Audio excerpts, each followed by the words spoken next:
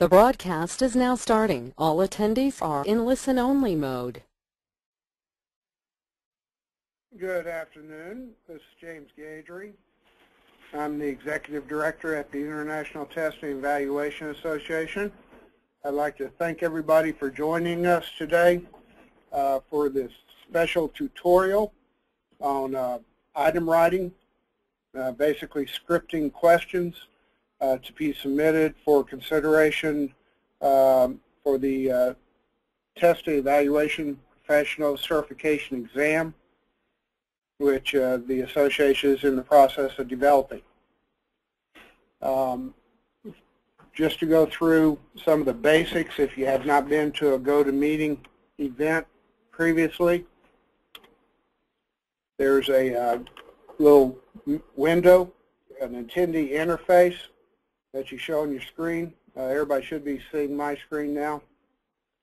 The window viewer is where the attendees can see my screen, and it can be resized by clicking and dragging the lower right corner. Okay, the arrow there on the grab tab opens and closes that attendee interface, so you can hide it if you want to. It has an audio window. You can use your telephone or the speakers on your computer, your choice. This presentation today will be basically one way. I'll do the presentation. You can submit questions during the presentation. If we have time, I'll take some questions at the end. If not, I'll respond to you privately after the webinar. Using the audio pin, there's the chat box if you want to type a message or a question to me. If you have any problems with the broadcast, send me a little chat and we'll see what we can do to rectify that. In the view menu, you can auto hide the control panel or uncheck that if you want the control panel to remain open. Okay, that's the basics of the GoToMeeting application.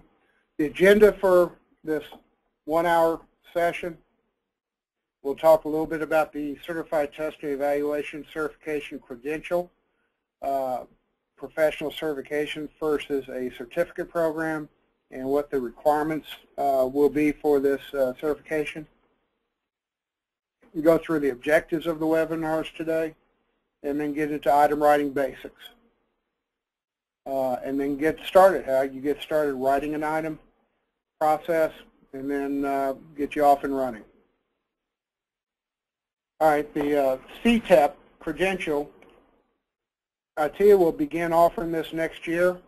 We look to have the exam available for candidates in July timeframe. We'll be pilot testing it the first 6 months of the year to get the information and data that we need to ensure that it is a valid exam. This credential will provide benefits to you, the professional, your organizations, as well as your customers. So far, over 500 subject matter experts in testing evaluation have been involved in this, in putting together, and I'll go through the steps that we've gone through to develop it in a minute. It's a diverse cross-section of the profession.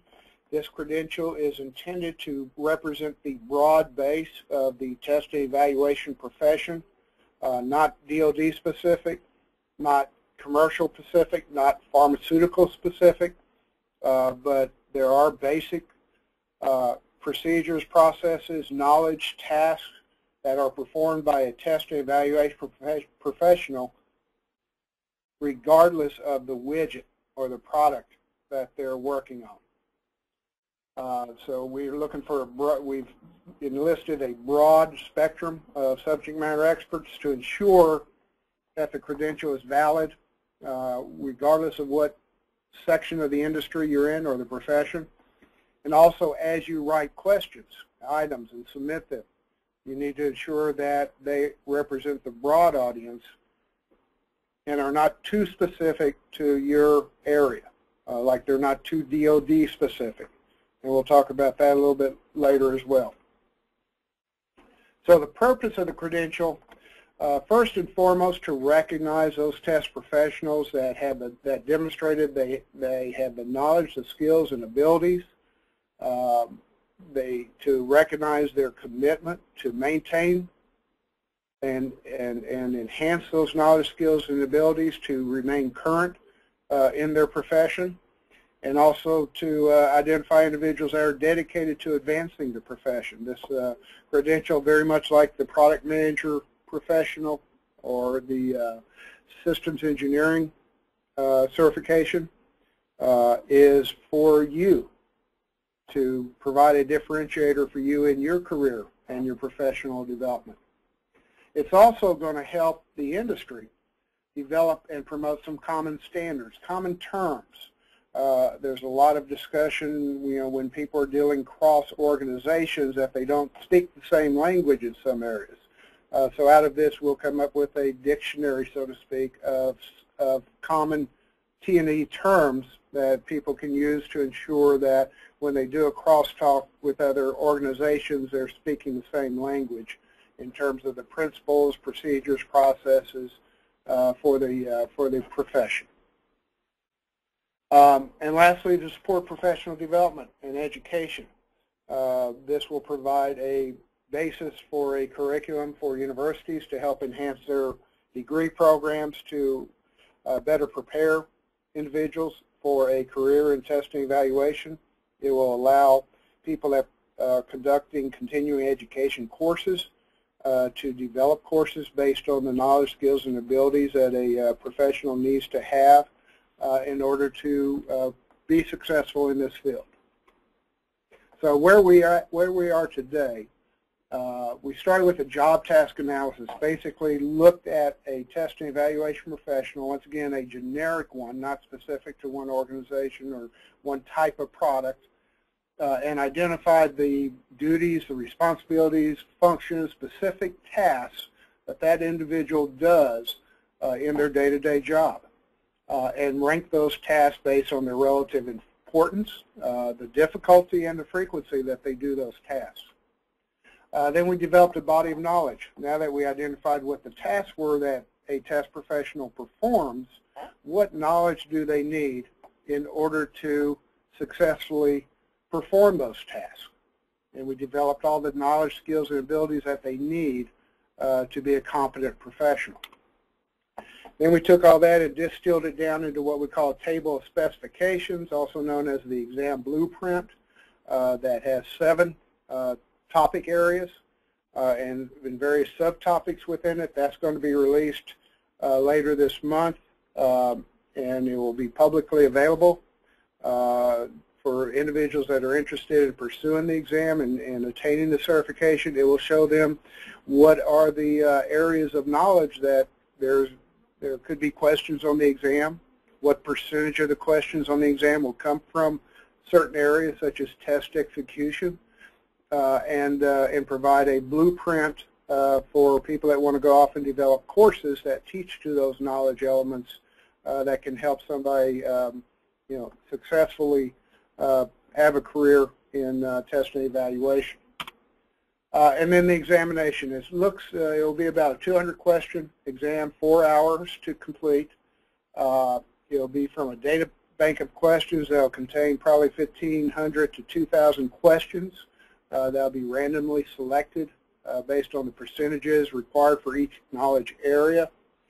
For the first year, the exam will be given in a pen and paper format at various ITEA events, as well as here at the executive office in Fairfax, Virginia, at scheduled times. And then down the road in a couple years, we look to have it sent to be available at secure testing centers globally. So it's not just a U.S. certification. This will be a globally available credential for test evaluation professionals around the world. So first, professional certification versus certificate programs. A professional certification credential is quite different from a certificate program. that a lot of you are familiar with and probably already hold. Where a certificate program, you get a certificate based on your completion or achievement of a specific course of study or met some minimum requirements. It's a one and done type of certificate. Once you complete it, you get the certificate, put it on your wall, and you never hardly look at it again, basically. A professional certification credential is time limited.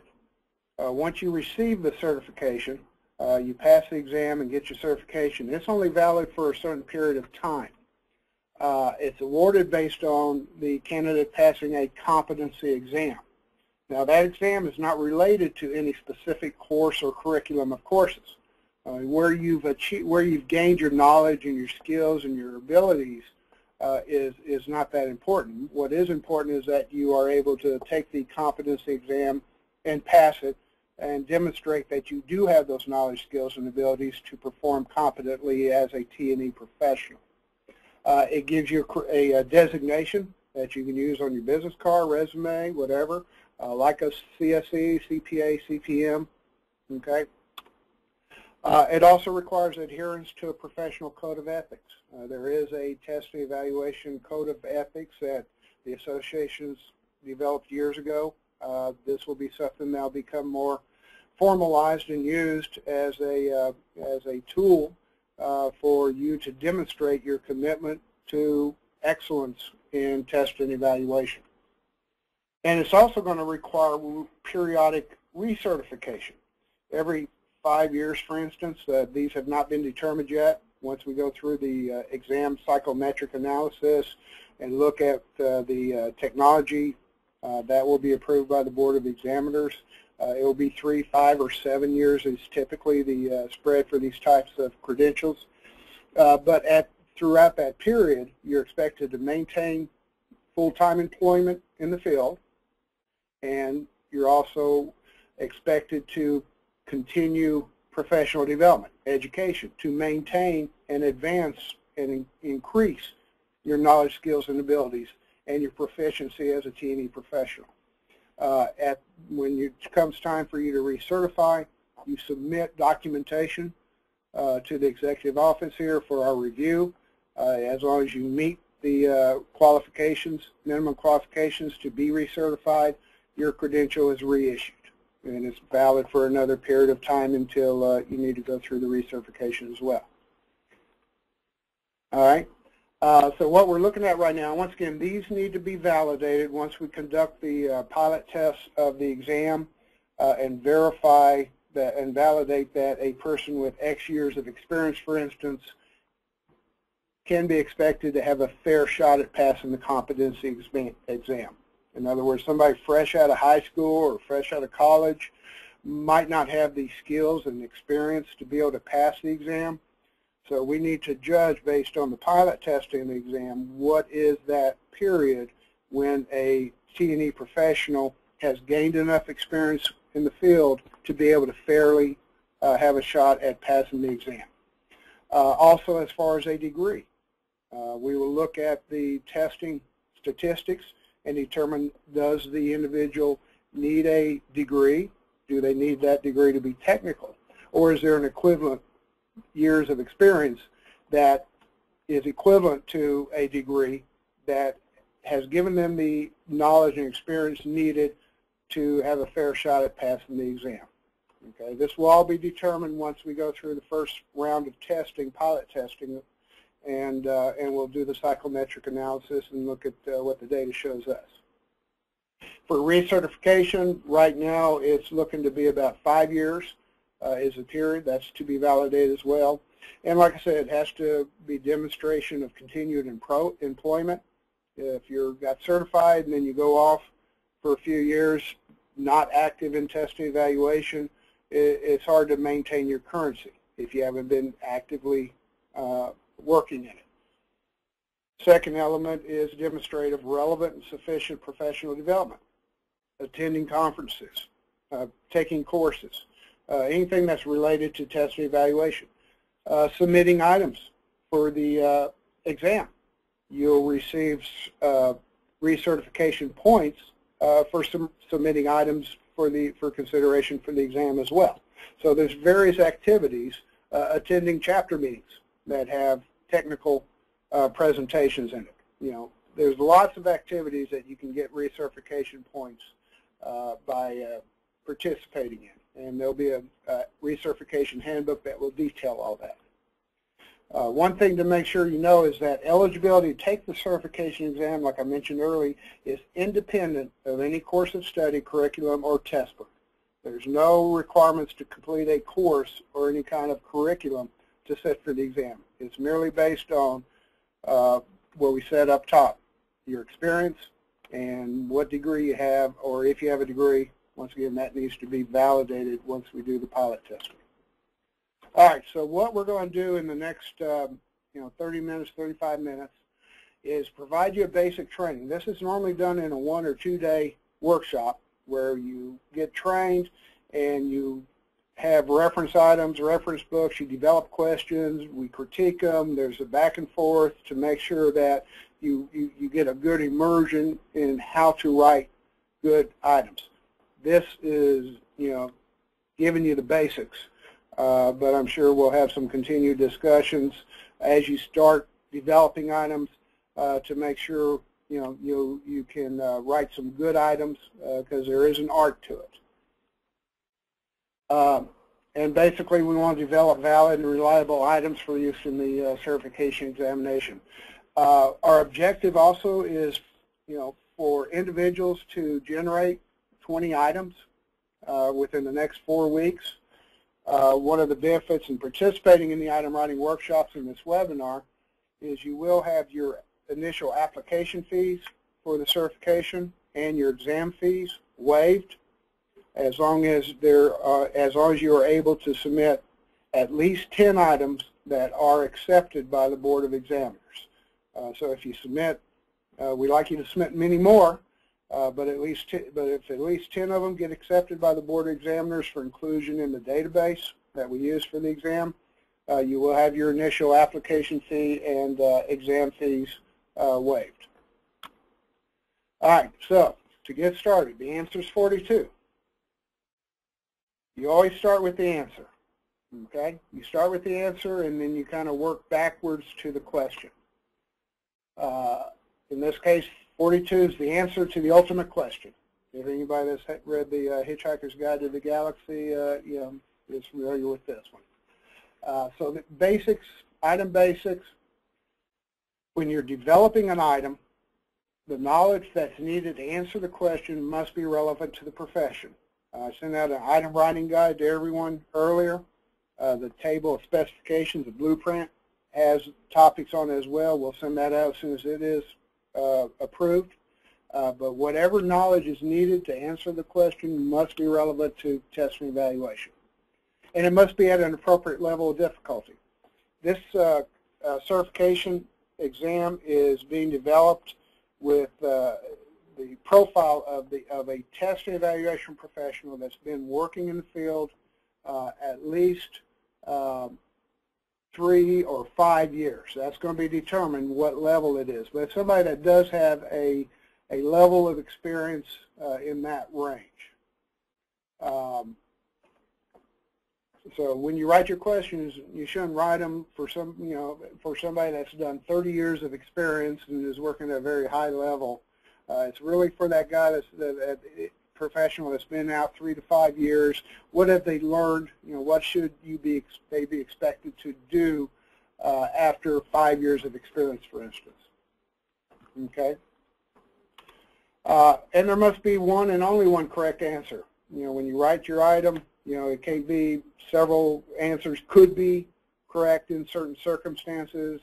It needs to be that, everybody's going to be, if they know what they're doing and they have this knowledge, they'll be able to pick out the answer every time. And the wording must be clear and ambiguous, okay, or unambiguous.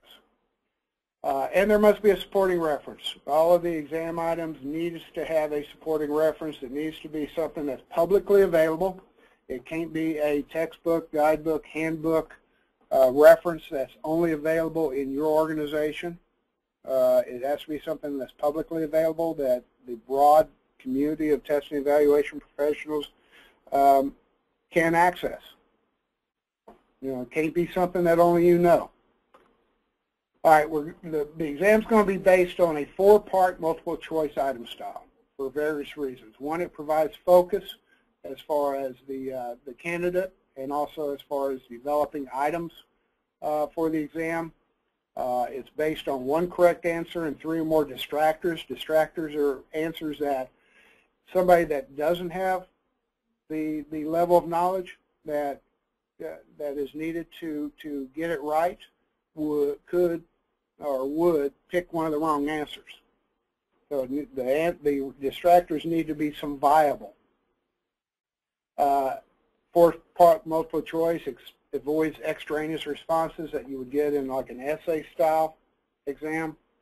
It's easy to score. When we start doing this, really opening it up, and we go online, a candidate will be able to go into the testing center, and at the end of 4 hours, know if they've passed.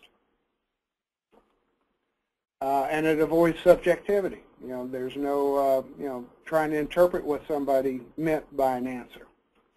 And it gives candidates only 25% chance of guessing. So, it's really the best format to ensure that it's a good measure of an individual's knowledge, skills, and abilities to perform successfully in that profession. So the question construction, when you're writing the question, needs to be short and sweet. That means write it as short and uncomplicated as possible. Don't write an essay. If you're doing a scenario question where you're going to have many, 2, 3, 4, whatever questions based on that scenario, you can make it a little bit longer, but always still try and get it as short as possible. It should test only one thing, one piece of knowledge. In other words, you're testing to this knowledge. They need to know how to do statistical analysis. Okay, don't throw a lot of other stuff in there if you're trying to measure their knowledge of statistical analysis. These be complete sentences. Whenever possible, make sure it's a complete sentence, not a partial sentence, because that could lead to some confusion or misinterpretation on the part of the candidate, and they need to be well thought out. The process that we go through is once an item is submitted, it goes to 2 members of the Board of Examiners for independent review. One or both of those might give the item writer a call to talk through it, to make sure they understand what the item writer is trying to achieve by the question, make sure that it fits the criteria, and once they get to the point where they decide it is a viable item, it's put in front of the entire Board of Examiners for their review and discussion. So continue to stick to the subject, kind of leveraging off, keep them short and sweet. Don't put a lot of irrelevant material in there. Only supply enough information that the candidate needs to adequately understand what you're asking and select the right question. Plain English, clearly worded will help you at the executive office here. We do a lot of the grammatical and whatnot to make sure that it reads correctly. Nothing gray. Don't, what is being asked of the candidate needs to be clear. They can't be saying, well, I'm not sure what they're looking for here. Clearly define the problem. Like I said, the examinee needs to know exactly what they're being asked.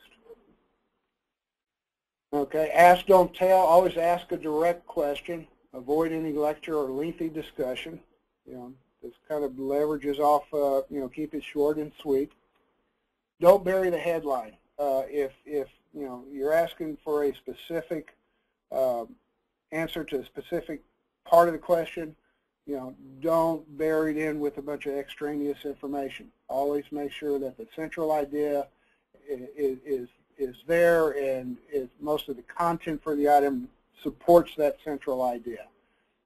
And the central idea should not be one of the answers.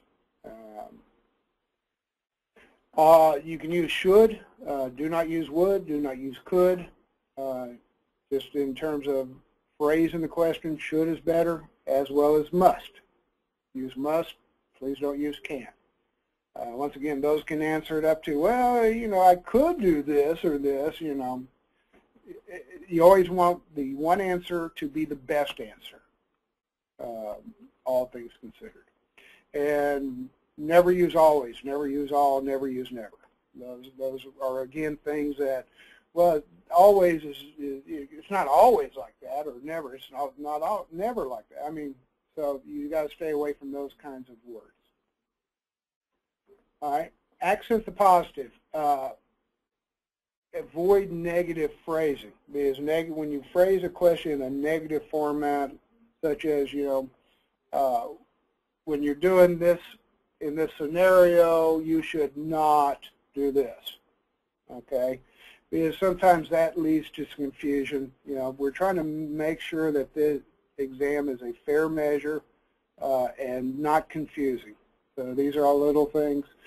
But if you do use negative phrasing, sometimes, you want to have a mix of some questions that do, that negative phrasing should be capitalized in the question. And like I say, we'll do that for you, but just something for you to, know about beforehand. So if you say, in this following scenario, everything below is an adequate course of action, except, you want to make sure they know they're looking for one that is not a positive answer. They're looking for a negative answer there. And don't use no double negatives. That just confuses the heck out of everybody. So if you have a negative in the stem, don't use a negative in the response options. Okay?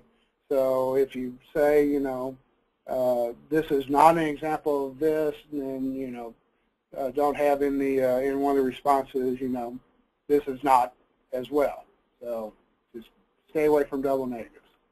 All right, so in the responses, make sure that the question, the response, the answer is always the correct one all of the time. Okay, that correct answer that you say, in this scenario, this is the correct answer, it always has to be the correct answer for that scenario, for that item. And it's never correct if and only if you choose wisely. In other words, the distractors that you develop are clearly not the correct answer when they select the best answer. So if you have a multiple choice 4 answers, when they're looking at all 4 answers, once again, we want to make sure that the distractors could be viable answers for somebody that really doesn't have a good grasp for the knowledge. So they need to be viable, but if they really know what they're doing, if they know that topic, that subject matter, and they say, okay, that looks like the right answer, and they consider all the others, they say, yeah, I know that's the right answer, because even when I take into account all the other responses, this one's clearly the right one, or the best answer. You can definitely have it best answers. And quality, not quantity. Make sure that you have good quality distractors. Make sure that, don't throw a distractor up there just because you need 4 or 3 distractors. Make sure it's a quality one. All right, standalone responses should always be independent, mutually exclusive. In other words, best practice is to not have responses contain the other responses. So in other words, if you're looking to develop this, you could do A, or you could do A and B, or you could do A, B, and C. I mean, they have to stand alone and be independent. If you don't know where you're going, any road will get you there. All the distractors must be plausible to someone who does not possess the skills being tested. Okay. And once again, there's only one correct answer. Other things that you shouldn't use in the responses, okay, don't know, all of the above, none of the above. Okay, we do not use those in any of the responses. All right, unacceptable item styles or content. When you're developing your item, okay, don't put the fill in the blank in the middle of the question. Okay, the blank should be at the end of the question. Once again, it's something that could confuse some candidates if they're looking to fill in the blank in the middle of a sentence. Don't use all of the above. Don't use none of the above. Don't use both A and C. Okay, once again, one question, one response has to be the correct one. And we're not trying to trick them. And we're not trying to ask them something that only we know. Okay, once again, this is testing individuals to make sure they have a minimum level of competency in these knowledge areas to perform as a testing evaluation professional. We're not trying to trick them up, and we're not trying to, show how smart we are, basically, by constructing questions that only I can answer. Okay, we want to make sure that it really tests, it's a fair test to the individual. We also cannot use items that are used anywhere else. We can't use items that are published in a study guide. We can't use items that are published on online quizzes. We can't use items that an instructor is using in their course or tutorial or workshop. The items that are contained on the exam in the item database are only in the item database. They are not used anywhere else. When we do our psychometric analysis of the exams, we'll look for outliers, such as questions that are too easy or too many people get correct. And we'll look, and one of the assumptions is if everybody's getting it correct, it's probably compromised, which means somebody somewhere has gotten a hold of that question, and we'll take it out of circulation. So all of these questions that you write and submit need to be original. All right, on the multiple choice item style. So the item stem is the statement which asks the question or must be completed, such as, which of the following publications contains proposed federal rules and regulations? Another way to phrase it would be, the publication which contains proposed federal rules and regulations is the. See, that's where the second one there is the fill in the blank model.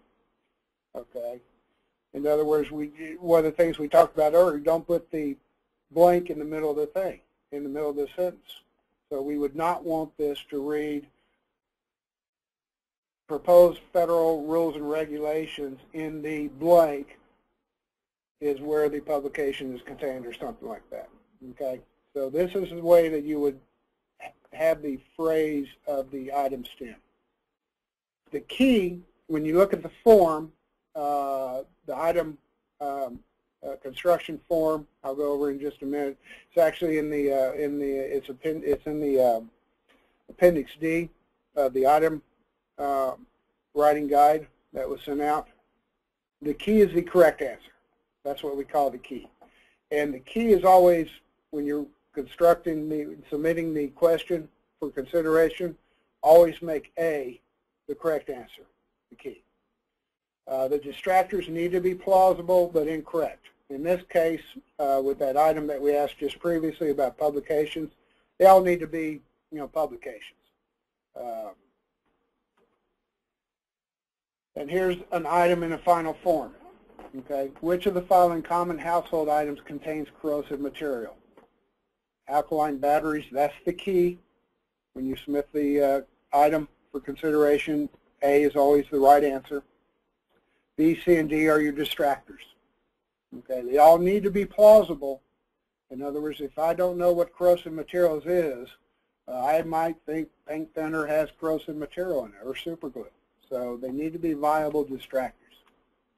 All right, pitfalls to avoid with stems, not incomplete. Like in this instance, according to 40 CFR.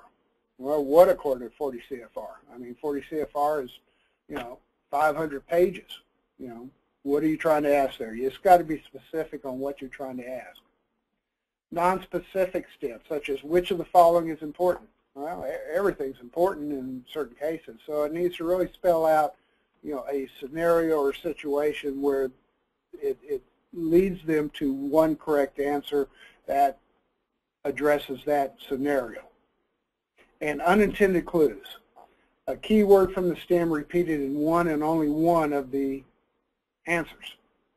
If you mention the name of something in the item, and that name is also contained in the response, that's something that probably I could pick out.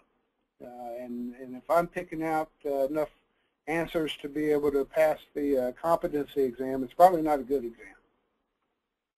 All right, other pitfalls, one option that includes another. We talked about this a little bit earlier. Make sure that the options are independent and standalone. Double negatives. All of the following regulations exclude coverage of agricultural products except, okay, that just can confuse people. And the sore thumb, and this is one that's real easy to do.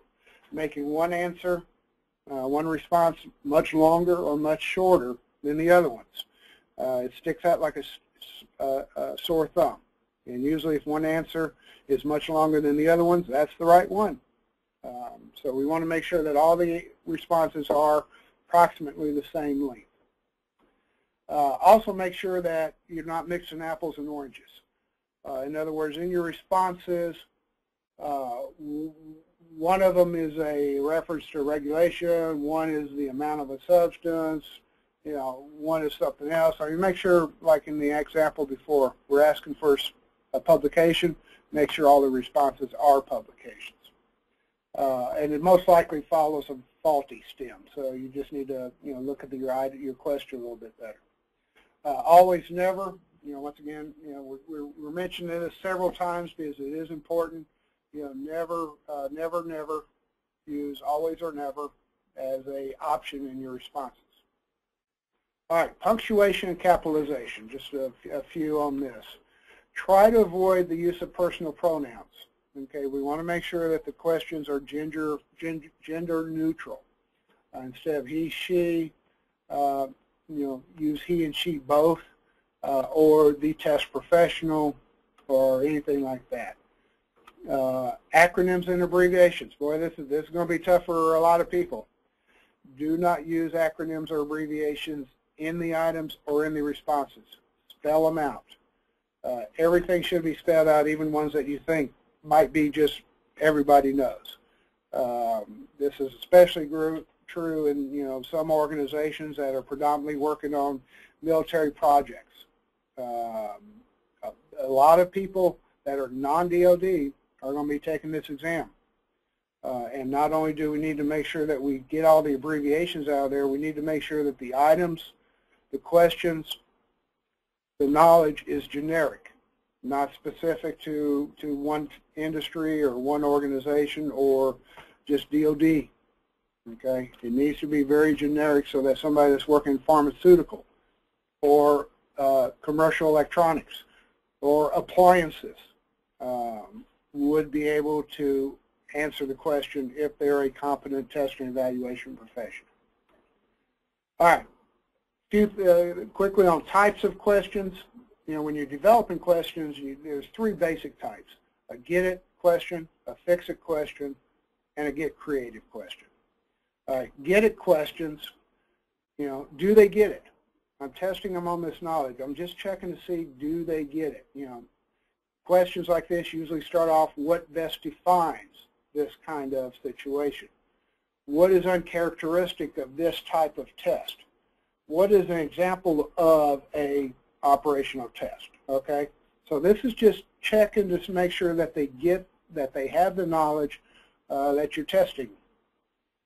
Fix-it questions are giving them scenario and saying, what is the best approach, or how would you best resolve? What would be the next step? What's the nature? What could cause this in your data?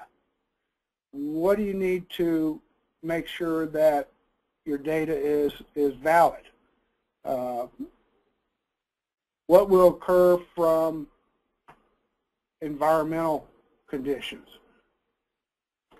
Okay, what is a solution to this scenario?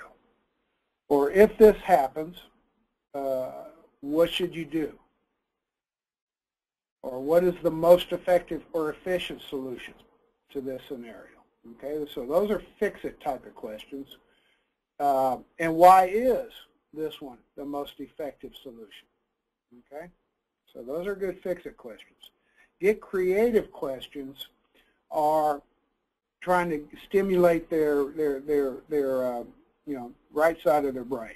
Okay, so you want to give them a scenario or situation where they have to think, well, there's several different ways I could do this. What is the best way? What's the most effective way? What's the most appropriate way to do this? Which one would be better or worse, in this situation? Or give them an entire procedure and say, okay, what is the most critical step? What is the critical path in this procedure? Or which of these are unnecessary? You got to do them, but which ones are superfluous to what you're trying to accomplish in this scenario? Or what would happen if this occurs? So these are creative types of questions. Given this scenario, given this set of data, what's the primary cause for the information that you got? Or on the basis of this, what is the primary cause? Or what would typically be a primary cause of this? Okay, so it's do you get it? How would you fix it? And get creative about your thinking in terms of coming up with a solution. All right, where to get items? Okay, your experience on the job. Okay, think about things that are going on in your workplace. What are some problems you've encountered? What are some new rules, processes, solutions? How do you do your job? When you do a task, what knowledge do you need to be able to perform that task? Especially if it's something that you have to go grab a book, reference book, a textbook or something to kind of freshen yourself up on how to do something. If you got to do it, then that's good. That's probably a good knowledge that you can write a question around. And publish tests. Once again, this is for ideas only. You cannot, should not, do not copy questions from other areas word for word. You can say, oh, they're testing this knowledge. They're testing a knowledge of statistical analysis. Well, that's probably something, would be a good question, but you got to write a unique question, new question. And also note, the items should be generalized. Okay, they cannot be specific to a joint strike fighter or a nuclear submarine. In general, when a testing evaluation professional with 5 years of experience is testing a widget, performing T&E on a widget, they go through the same processes, procedures, steps, data collection, data analysis, report writing. All of that is similar regardless of what the widget is that they're testing. Okay, so keep that in mind as you're writing items. You can think about how you do it on the product that you're testing, but make sure when you write the item, make sure it's generalized, it's generic, so that somebody that's working on appliances or pharmaceutical drugs or an aircraft carrier would be able to understand what you're asking, and it is at that 5-year type level of competency. All right, so the item construction form. This is real brief what the ITEA item construction form looks like. Your name goes up top, your ITEA member ID. If you don't have that, you can go on the website, log in, and all your information is there. It might say your customer number. Customer number is the same as your ITEA member ID, your email. Task statement, Appendix A, I'll go over that a little bit in a minute. Knowledge statement, Appendix B, I'll go over that as well. Testing concept, STEM. STEM is the question. Options, A is the key. Always make A the correct answer. And justification. Justification of why A is the right answer, why B is not the right answer, C is not, D is not. Okay, so you need to, when one of the board examiners is reviewing your question, looking at your rationale for why one's the right answer and the other ones are not, that's what they look to. So please make sure that when you're writing an item, you provide that justification on why one is the right answer and the others are not right answers. And please don't just put down because it is. Okay, that won't help us when they're reviewing the questions. And then the reference or references. Make sure that you put down the reference, where one of the board examiners could go to verify the information. All right, so getting started. You look through Appendix A, which is a T&E Professional job tasks. So when we did the job task analysis, we came up with some, I forget how many, 69 or so job tasks that are generic, performed by 80% of T&E professionals, 80% of the time, regardless of what product they're working on, okay? And select a task statement that best fits your answer. Okay, so you start with the answer. Okay, what do I want to test them on? I want to test them on, you know, do they understand how to look at a set of data and determine whether it, you know, what the mean is, for instance, okay?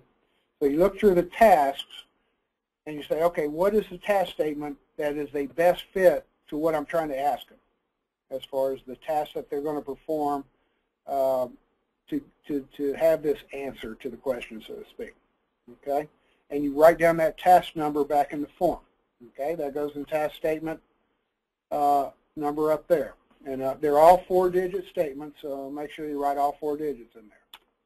And then once you determine what task statement you want to test to, look through Appendix B, the professional body of knowledge. Okay, so what is the knowledge that a T&E professional would need to have in order to perform that task, which best fits that answer that you're testing them on? Okay, got it? So once you determine what task they're going to do, what knowledge do they need? They need to have knowledge of acquisition design, automated test, whatever. Look through that, and once again, you go back up to the form, and then you put the knowledge statement in there. Once again, it's 4 digits.